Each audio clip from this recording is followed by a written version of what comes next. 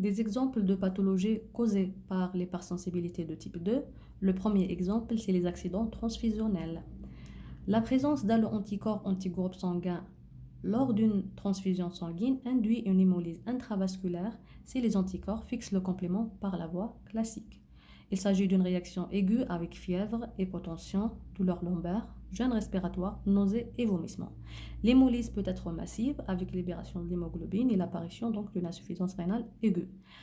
Les réactions transfusionnelles dues au groupe sanguin mineur sont relativement rares, sauf chez les sujets qui reçoivent de multiples transfusions sanguines.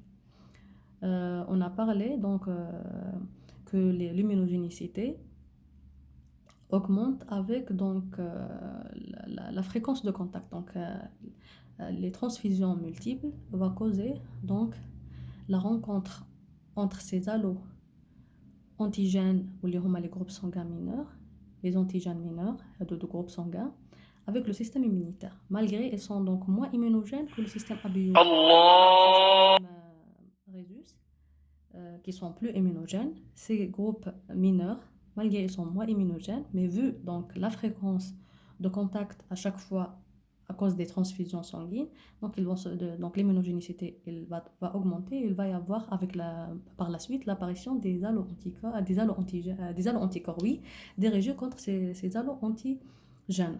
Donc c'est pour cela pour les sujets qui ont des maladies qui nécessitent de multiples transfusions sanguines, des transfusions sanguines à répétition, il faut préciser le groupe sanguin sur le système ABO, le système Rhesus et même sur le plan de ces systèmes mineurs. Une personne qui va recevoir donc seulement une transfusion A2, le système ABO et le système Rhesus, c'est suffisant. Mais pour une personne qui nécessite, donc à cause d'une maladie quelconque, des transfusions à répétition, il faut préciser préciser même les groupes sanguins mineurs. Ça veut dire qu'il faut faire même le phénotypage sur ces groupes sanguins mineurs. C'est pour éviter des accidents transfusionnels causés par ces allo-antigènes mineurs. Les règles de sécurité transfusionnelle ont rendu donc, les accidents transfusionnels de moins en moins rares. Donc, comme vous voyez ici, donc, pour une personne qui va recevoir une transfusion, donc, ils vont prendre une goutte, mais le sang à le patient, ils vont le mettre en contact avec l'anti-A et l'anti-B. Ils vont prendre aussi une goutte de la poche, malgré toute poche sanguine, elle est étiquetée, ça veut dire de quel groupe. Mais il faut reconfirmer parce que les accidents transfusionnels vraiment sont mortels, donc il ne faut pas jouer avec ça. Donc ils vont prendre une goutte avec de la poche et ils vont donc reconfirmer aussi.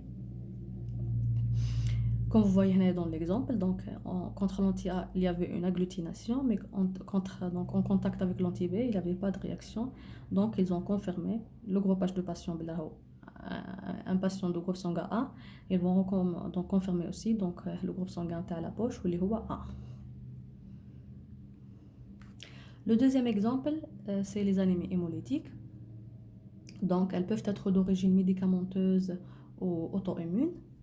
On va commencer par les anémies hémolytiques auto-immunes à anticorps chauds, qui représentent environ 70% de l'ensemble des anémies hémolytiques auto-immunes. Elles sont dans la moitié des cas des anémies associées à une maladie sous-jacente, telle que le lupus érythémateux systémique, qui est le plus souvent chez les sujets jeunes, telles que les hémopathies lymphoïdes, qui sont souvent de bas grade chez les sujets plus âgés. Donc, exemple, le lymphome non-Hodgkinien et les leucémies lymphoïdes chroniques. Dans les anémies hémolytiques auto-immunes à anticorps chauds, on retrouve plutôt des tableaux d'hémolyse chronique.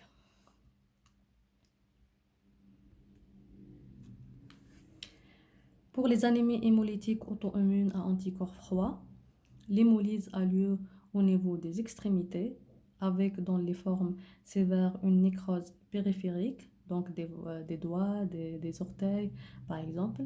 Comme j'ai déjà dit, au niveau des extrémités, c'est les parties où la température elle est inférieure à 37. Parce qu'au niveau central, elle est toujours à 37, mais au niveau des extrémités, donc elle est inférieure à 37. C'est pour cela ces anticorps froids, donc ils vont agir dans ces parties. Donc, c'est pour cela l'hémolyse va être donc a lieu au niveau des extrémités, telles que les doigts, les oreilles, etc. Donc, je répète, l'hémolyse a lieu au niveau des extrémités avec, dans les formes sévères, une nécrose périphérique. Ça peut arriver jusqu'à la nécrose, due à l'agrégation plaquettaire et aux microthromboses dans les petits vaisseaux.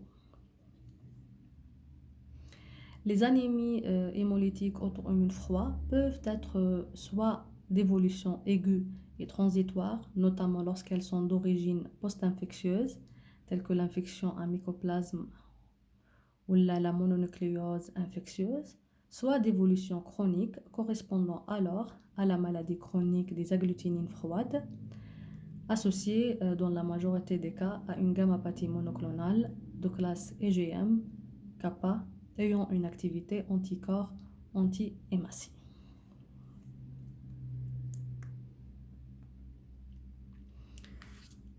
On a aussi donc les anémies hémolytiques de nouveau-nés. Donc chez une mère de rhésus négatif, donc lorsqu'elle tombe enceinte avec un fœtus de rhésus positif,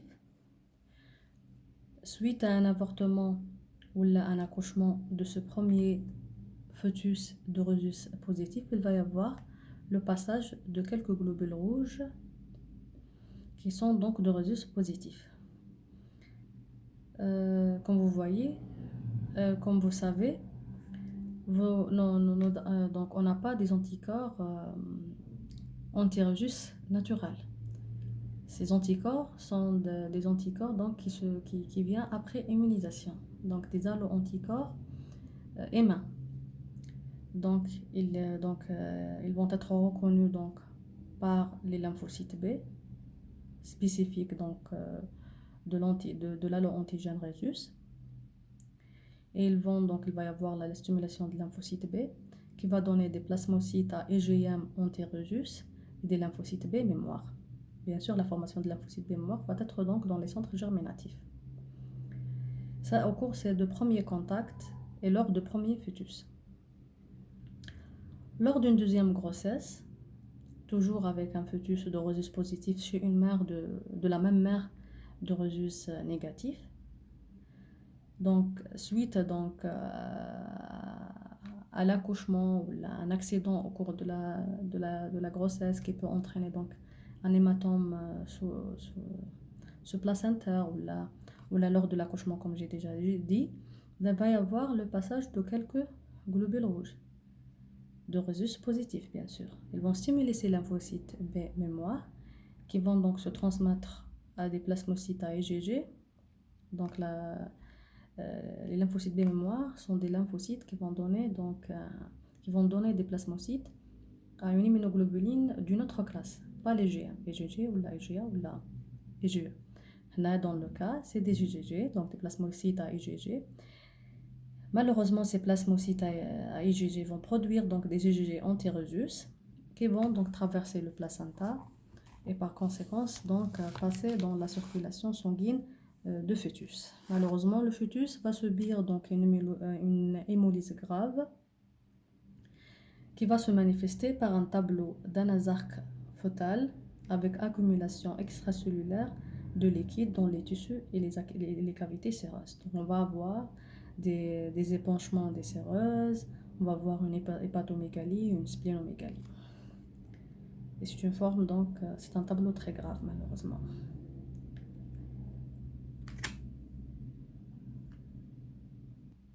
C'est pour cela, chez toute mère de rhésus négatif, et dont on sait que le conjoint, ça veut dire le père, est de rhésus positif, donc il y a une grande possibilité que l'enfant soit de rhésus positif. S'il y aura donc un accident au cours de la grossesse, ça veut dire par exemple un avortement, ou là donc un accident grave qui a provoqué par exemple un hématome sous-placentaire, ou là lors de l'accouchement de cet enfant de rhésus positif, Parce qu'il va y avoir donc le passage de ces globules rouges, donc il y a un risque de l'immunisation. L'immunisation, c'est la production des plasmocytes IgM anti-rhésus et des lymphocytes B anti-rhésus. Donc, pour éviter cette immunisation, lors de première grossesse, on va injecter la mère par un anti-D. L'anti-D, donc il va se lier, ces anticorps anti-D, ils vont se lier à l'allo-antigène D. Et par conséquent, ils vont empêcher sa reconnaissance par les lymphocytes B. Donc on va inhiber la réaction immunitaire contre cette rhésus, et par conséquent, on va inhiber la production d'IgM et d'IgG anti-rhésus. Mais il faut introduire cet anti-D, ça veut dire il faut donc injecter la mère par l'anti-D dans les 72 heures avant les 72 heures qui suivent donc l'accouchement ou l'avortement. Si on dépasse les 72 heures, malheureusement, on a dépassé le laps de temps avant l'immunisation de notre système immunitaire par cet allo-antigène. Donc, il faut respecter ce délai. Donc, il faut respecter ce délai de 72 heures.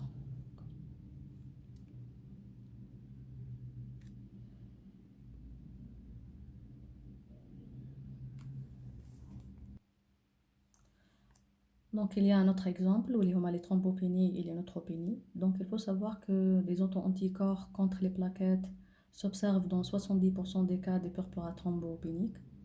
Ces anticorps sont responsables de l'élimination des plaquettes de la circulation de façon accélérée par opsonisation, séquestration et destruction splénique. Cette pathologie s'accompagne d'hémorragie et de purpura. Et de même, il existe de neutropénie relevant de mécanismes d'hypersensibilité de type 2. C'est les tels que les exemples, la neutropénie néonatale par allo-anticorps et certains cas de neutropénie cyclique. Le rejet de greffe. Ce rejet de greffe est dû à la présence au préalable chez le receveur d'allo-anticorps dirigés contre les antigènes de système ABO en cas d'incompatibilité ABO ou contre les antigènes de système HLA de donneurs différents de ceux de receveur, c'est-à-dire si il y a donc une incompatibilité ABO entre le donneur et le receveur ou une compatibilité entre le donneur et le receveur sur le plan des antigènes HLA. La cible ici, c'est la cellule endothéliale des vaisseaux de greffon. Le rejet humoral est une réaction d'hypersensibilité de type 2, donc qui est responsable d'un rejet hyperaigu et d'un rejet aigu et chronique. Pour le rejet hyperaigu, donc on a des thromboses artérielles et mort de greffon par ischémie. Et dans le cas de rejet aigu et chronique, donc elles sont caractérisées par une atteinte vasculaire avec des thromboses des capillaires et des capillarites avec infiltration par les PNN, donc les polynucléaires neutrophiles et les cellules NK. Le syndrome de Goodpasture, dû à des anticorps d'isotype IgG dirigés contre le collagène de type 4, de type 4 qui est un composant majeur des membranes basales. Le syndrome de Goodpasture entraîne habituellement une nécrose glomérulaire grave due à une inflammation importante au niveau des glomérules rénaux avec dépôt de fébrine, qui est un signe d'une coagulation in situ. Dans certains cas, l'atteinte rénale s'associe à des manifestations hémorragiques pulmonaires et c'est dû à la présence d'auto-antigènes à réactivité croisée dans les membranes basales des deux tissus qui sont le rein et le poumon. Le pemphigus. Donc le pemphigus est une maladie bulleuse due à la formation des bulles. C'est une maladie bulleuse grave atteignant la peau et les muqueuses. Les patients ont des auto-anticorps dirigés contre la dysmoglyine 1 et la desmogléine 3, des constituants, donc des constituants des desmosomes qui forment donc les jonctions entre les cellules épidermiques. Ces anticorps provoquent la rupture des adhérences intercellulaires, ce qui entraîne la destruction de l'épiderme et l'apparition des cellules. La myasthénie. Donc, la myasthénie est caractérisée par une diminution extrême de la force musculaire. Elle est due à des auto-anticorps IgG antirécepteurs de l'acétylcholine, de la surface des cellules musculaires au niveau de la plaque motrice. Dans la myasthénie, les anticorps pathogènes bloquent l'action de l'acétylcholine sur son récepteur.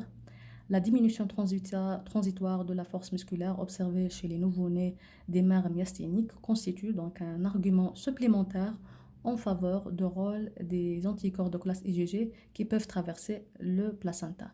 Les formes graves sont représentées par l'atteinte de la musculature respiratoire. La maladie de Basedow, donc, qui est une hyperthyroïdie, donc, est une maladie de la thyroïde, donc c'est une hyperthyroïdie, faisant intervenir des mécanismes d'hypersensibilité de type 2B avec des auto-anticorps d'isotype IgG antirécepteurs de la TSH. Dans ce cas, les anticorps pathogènes sont stimulants en reproduisant l'action de l'hormone naturelle liée à la TSH et entraînant par conséquence une stimulation permanente des thyrocytes.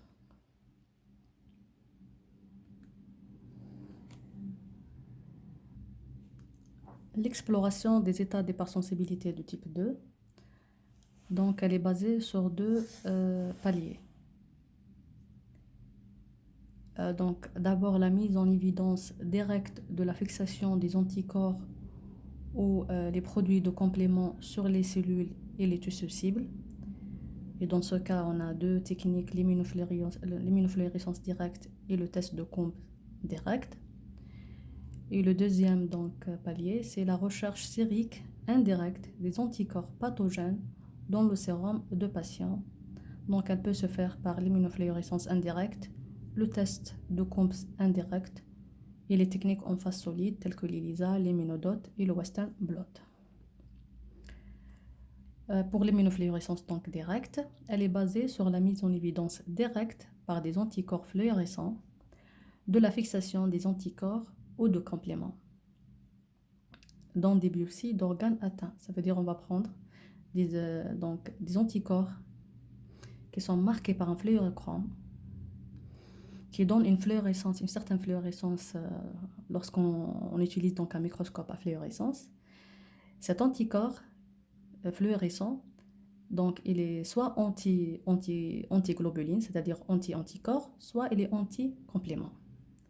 Son but, c'est de voir s'il y a sur les tissus et les cellules, surtout les tissus, il y a donc des dépôts de compléments et des dépôts des anticorps. On a donné des exemples sur l'IFD ou l'immunofluorescence directe, sur biopsie de la peau, exemple pemphigus. Comme vous voyez, il y a une fluorescence sur la membrane basale de la peau. Donc, si on utilise un anticomplément, ça veut dire qu'il y a un dépôt de complément. Si on a utilisé antiglobuline, ça veut dire qu'il y a des dépôts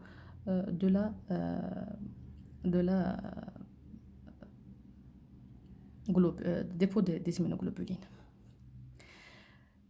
Ici, donc, l'exemple de l'AFD sur biopsie rénale, donc le syndrome de Goodpasture. Donc, comme vous voyez, donc, vous voyez qu'il y a une fluorescence au niveau de glomérules.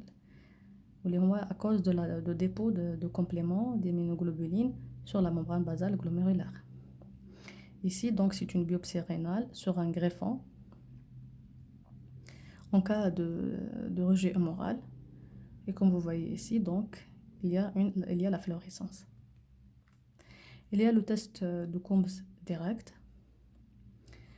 Donc, ce test donc, il est utilisé donc, dans le cas des anémies hémolytiques auto-immunes. Donc, on va prendre le sang de patient, donc les hématocytes de patient. Si le patient donc, a une anémie hémolytique